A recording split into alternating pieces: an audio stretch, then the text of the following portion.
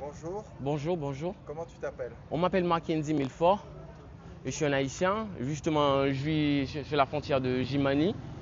Alors c'est là qu'on m'a déporté. Et alors, je suis resté ici pour pouvoir travailler et aider un petit peu la famille. Mais tu vis en fait en Haïti.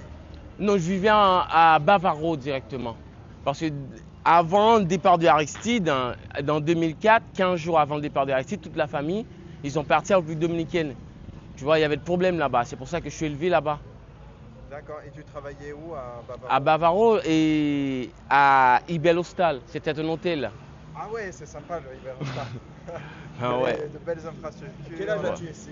Moi j'ai 38 ans. Ok. Donc ils t'ont déporté à quel âge Et dans bon, la- disons 16 ans, Ok. je suis allé en République dominicaine. Ok. Et après, à tes 20 ans, ils t'ont renvoyé ici? Non, non, non. Alors je suis resté tout le temps là. J'ai fait au moins de 21 ans là-bas. Ok. Alors là, après, tu sais que Danilo, il a mis comme c'est l'immigration dans le pays. Alors là, et aussi, Luis Abinadel, lui, il a fait tout ça lui-même. Ok. Ok. Ok. Une déportation massive. Et donc toi, tu vivais bien en République dominicaine quand tu étais à Bavaro? Ben ouais, je parle 8 langues. Alors là, je suis un guide touristique. Alors c'est encore mieux pour moi. D'accord, et tu parles quelle langue? Bon, je parle français, créole, espagnol, anglais, russe, italien, portugais, allemand.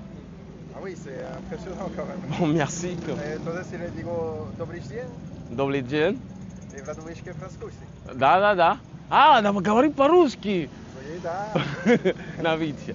Donc je confirme, il parle bien russe.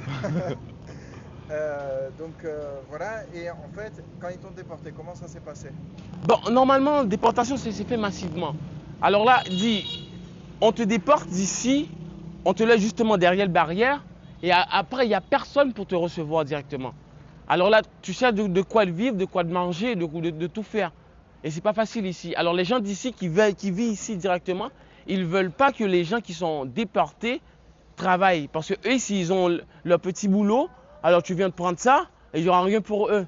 Bien sûr. Ah, c'est pour ça, c'est le Et problème. comment ils te déportent? Dans quelle manière? Ils te trouvent dans la rue? Ils viennent directement à ton lieu de Dis travail? à ton lieu de travail, dans la maison, tu vois, où que il te trouve, alors là, c'est là il prend. Ils n'ont pas besoin de savoir où que tu es là. Dès qu'ils te voient, par Dès exemple. qu'ils te voient que Donc, tu es un peu de noir, faciès aussi, voilà. Donc, non, dès que tu es noir, Ok. pour eux, tu es un haïtien. Ok.